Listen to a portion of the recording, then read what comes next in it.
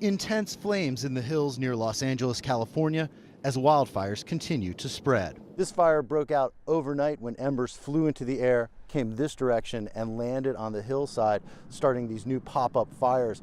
Firefighters want to get it out as quickly as they can before it can damage homes like this one. Homes here now at risk. There's the flames right there, and it's just it's kind of surreal. Bruce Blackwell lives near the base of the hillside.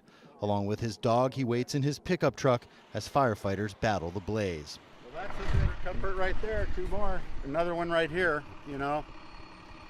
I think there's enough manpower there to do what they have to do. Up in the hills, there are pockets of fire and thick smoke.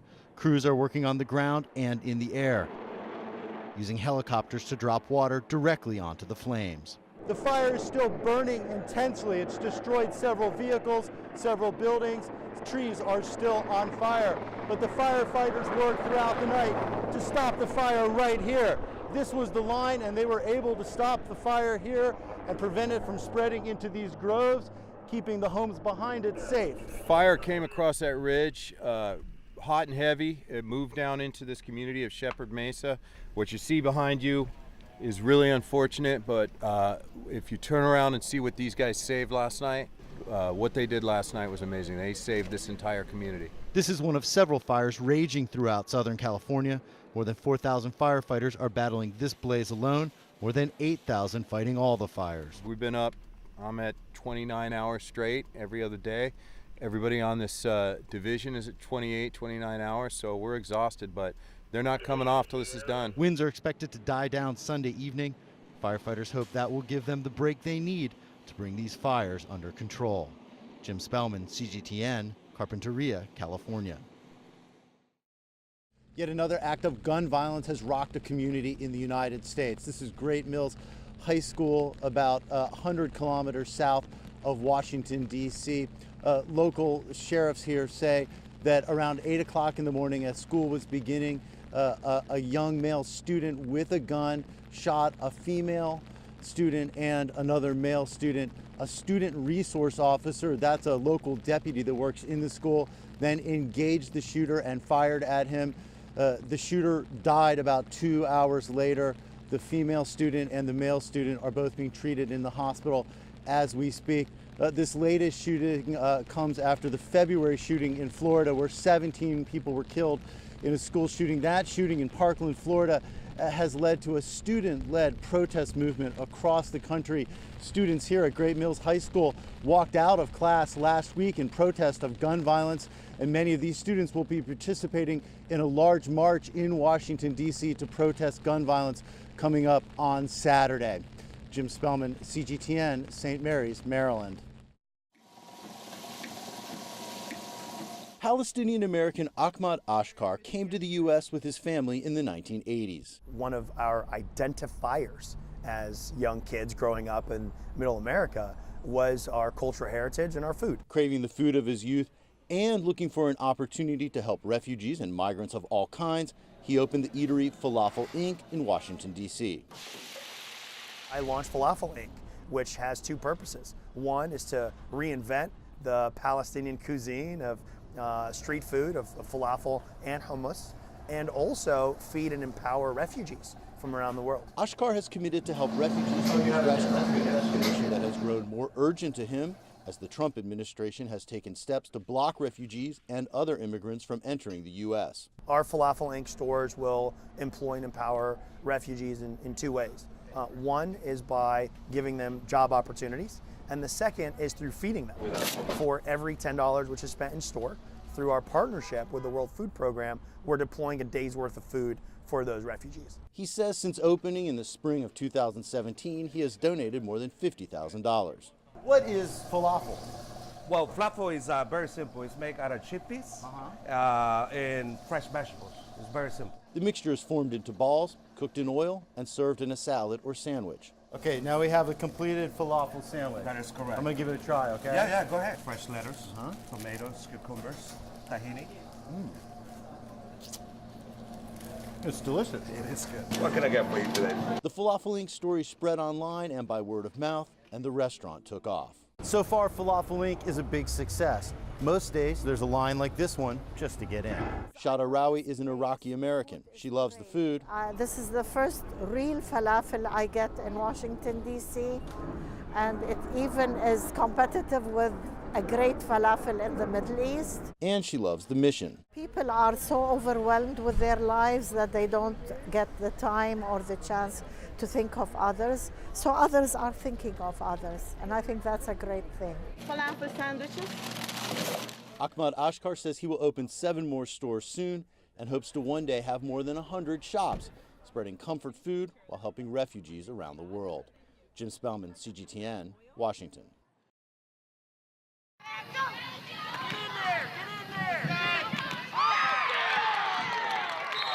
The rough and tumble of a new youth football season underway in Virginia.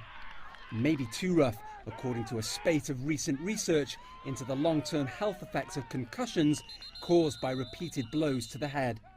Youth leagues like this are where the future stars of the NFL are found, but the numbers of young players has been declining in recent years, and that's been blamed partly on parents who feel the game is too dangerous for their children to play. Reducing the risks in the millions of children who play at this level is at the heart of a pioneering study at Virginia Tech involving local team Blacksburg.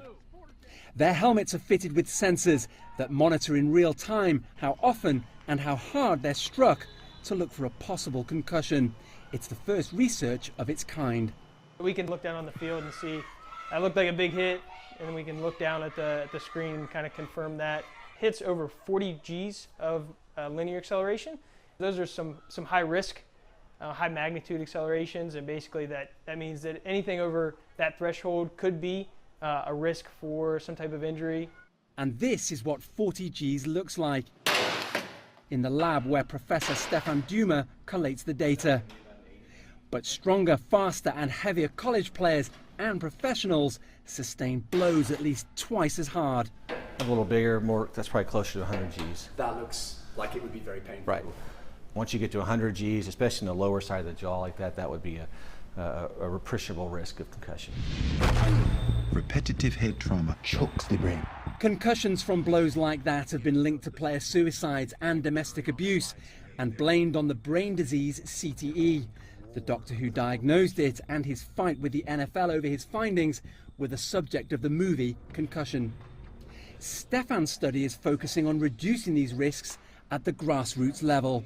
And one of our first publications in this space really showed that you have to change practice to make it more like the game. The kids are actually getting bigger hits in practice rather than the game. Back on the field, Blacksburg lost its opening game of the season. Those monitoring these young hopefuls hope they can find a way to win without losing their health in later years. 1, 2, 3, Blacksburg! Owen Fairclough, CGTN, Blacksburg, Virginia. In the end, all of the G7 members signed off on a final communique. There's precedence for that, but here it wasn't a given. So when you talk about a 92% drop, what people may not recognize is that's money that's not coming in. And I basically said to her, you know, I have this adventure series called Allison's Adventures, and I'm looking for someone to help me film around the world. Do you want to take off in about 2 weeks? I didn't know her at all.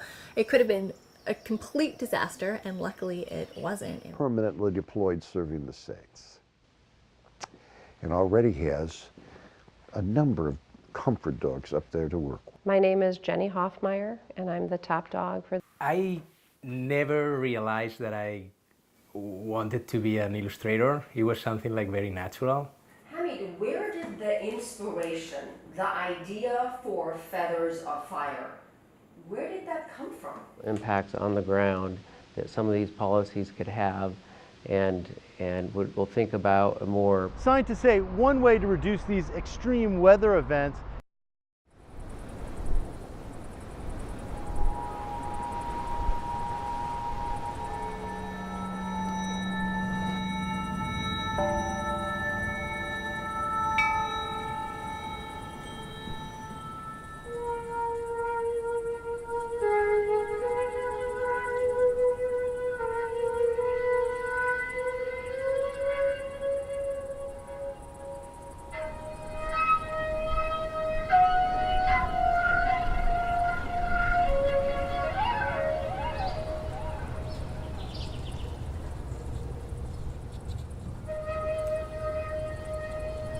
Chinese civilization and its perspective of life are very heavily integrated with nature.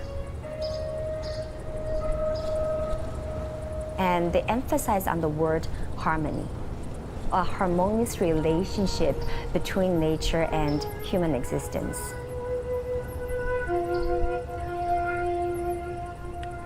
So Chinese wushu is built on many of the traditional Chinese philosophies.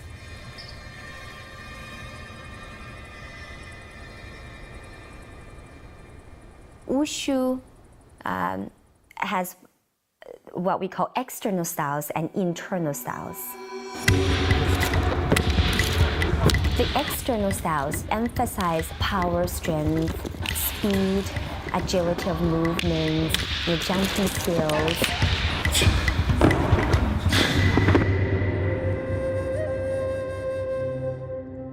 The internal styles tend to be a lot slower and they appear a lot softer. But that's just in appearance. They actually require a lot of power and strength as well.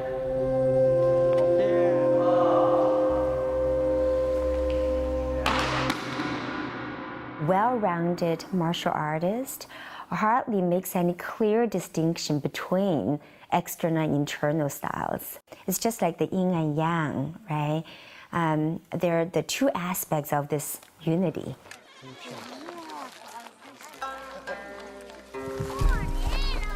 I was born in a very remote village in Sichuan province, China, in the middle of Cultural Revolution.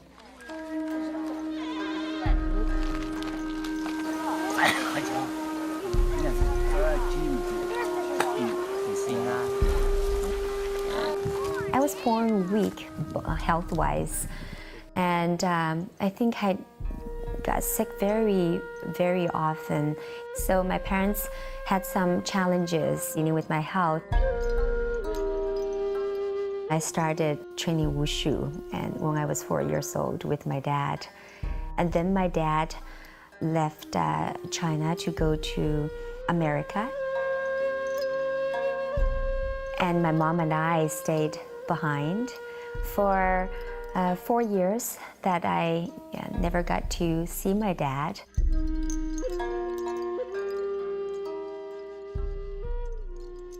They'd ask, do you know Xu Yuliang? It's like, yeah, he's my dad. And then they'd be saying, he's a wushu master, and then maybe, he'd be killed and he's never going to come back to you guys.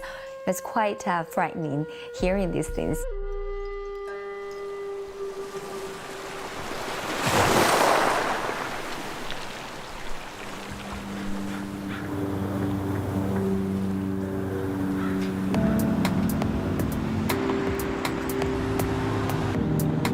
I came to Vancouver in 1985. Yeah, that was when I saw my father again after 4 years. The first one, branch, go. 1, 2, 3, 4. My name is Xu Yuliang. Go. Push up. 35 years ago, I come from China.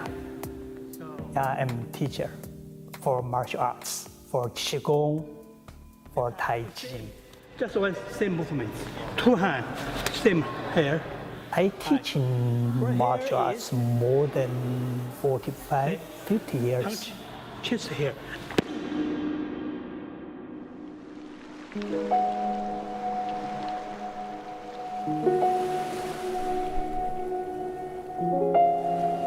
Shortly after I graduated from university, I started to have a lot of rashes developed on my face, and I also had this like a high fever for a number of weeks that wouldn't go away.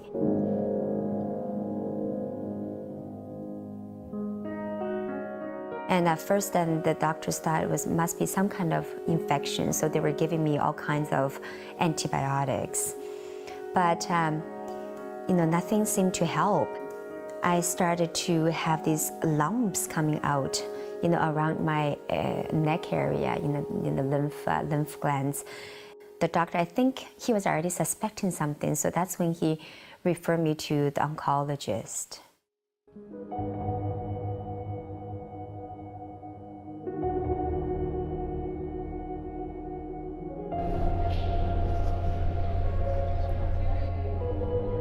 One morning when I was with my dad alone in the hospital, the doctor came in and said, I'm afraid that Helen's got cancer, lymphoma, and it's a very aggressive, very rare kind of lymphoma.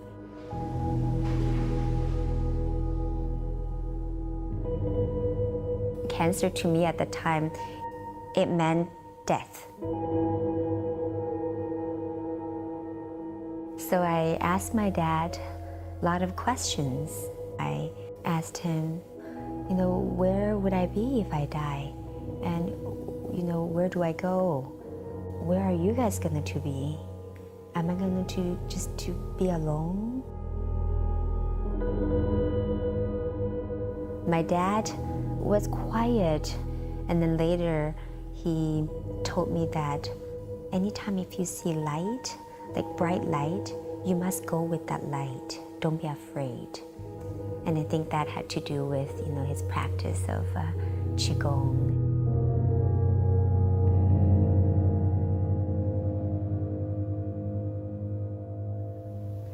When that time, Helen got cancer. We cannot believe that. Yeah, whole family very sad. Yeah, why? Helen before, when she was young, she martial arts very good, she competition very good, everything good. Why got cancer?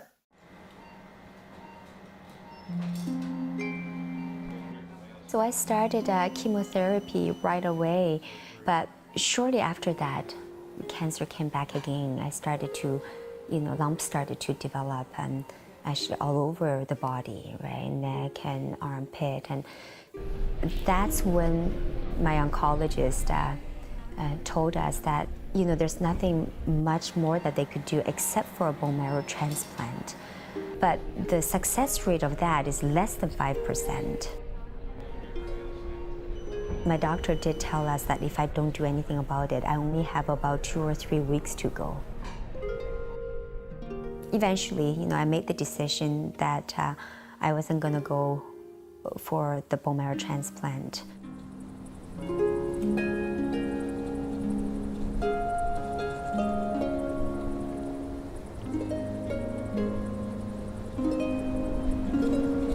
My dad started me immediately, right, on a program of Qigong practice and as well as, Tai Chi.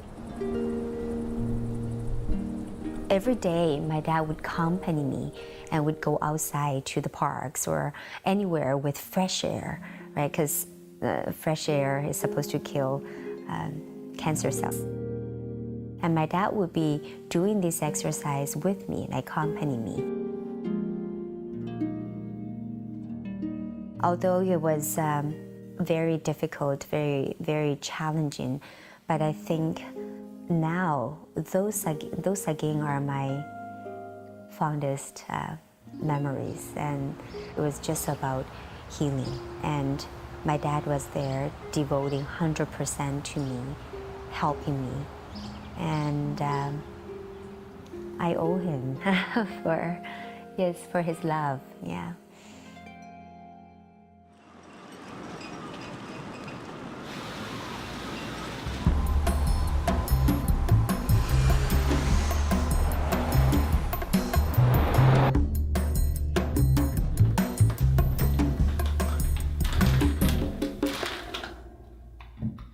We have one doctor, Dr. Wang from Seattle, my friend. She's very good Chinese medicine doctor. He phoned Helen and write down the Chinese herbs. The most urgent thing was to see if there's anything that can keep my fever under control. And he prescribed medicine, Chinese herbal medicine, where we need to boil them and then drink them, so they're in liquid form. And my mom picked up the job of boiling those herbs for me on a daily basis. 因为呢，我呢治疗病人，我有个三样法宝啊，治疗病人。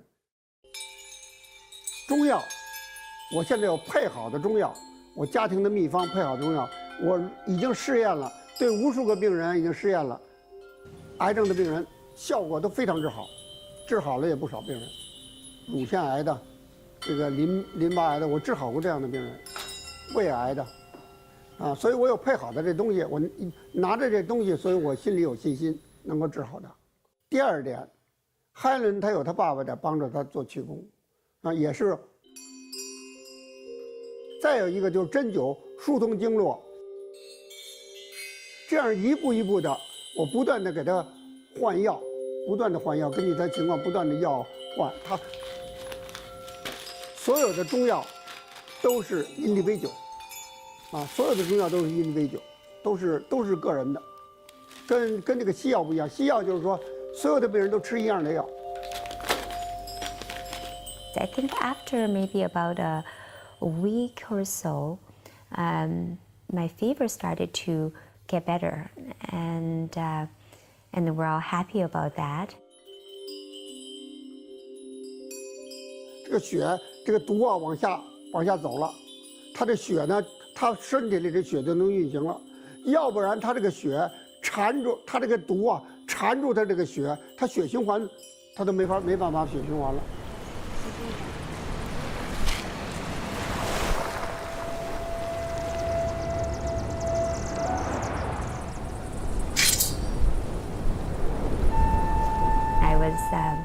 Really counting the days.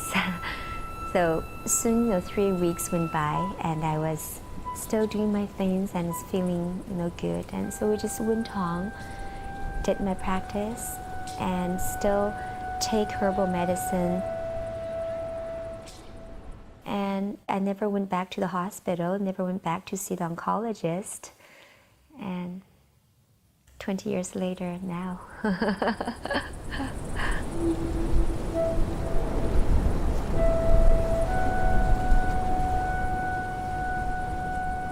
I must contribute, my healing to the love and help, of my family. You move your body sideways. But I think most important is what had been built inside me from the training of Chinese Wushu and Qigong. I think these arts, they really come with huge rewards, for the body, mind, and spirit. Bow stance. So you keep your front knee bent and keep your back leg relatively straight.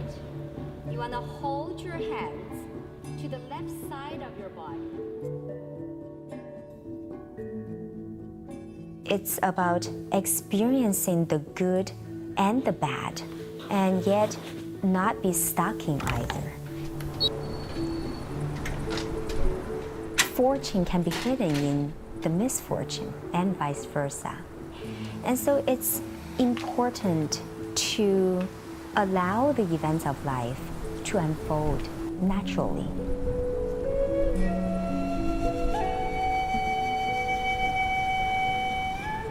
When people experience pain, it's very easy for them to escape from it or avoid it. And it actually takes great inner strength to accept things just as they are, right? Accept the good and the bad. That's how you make peace with yourself.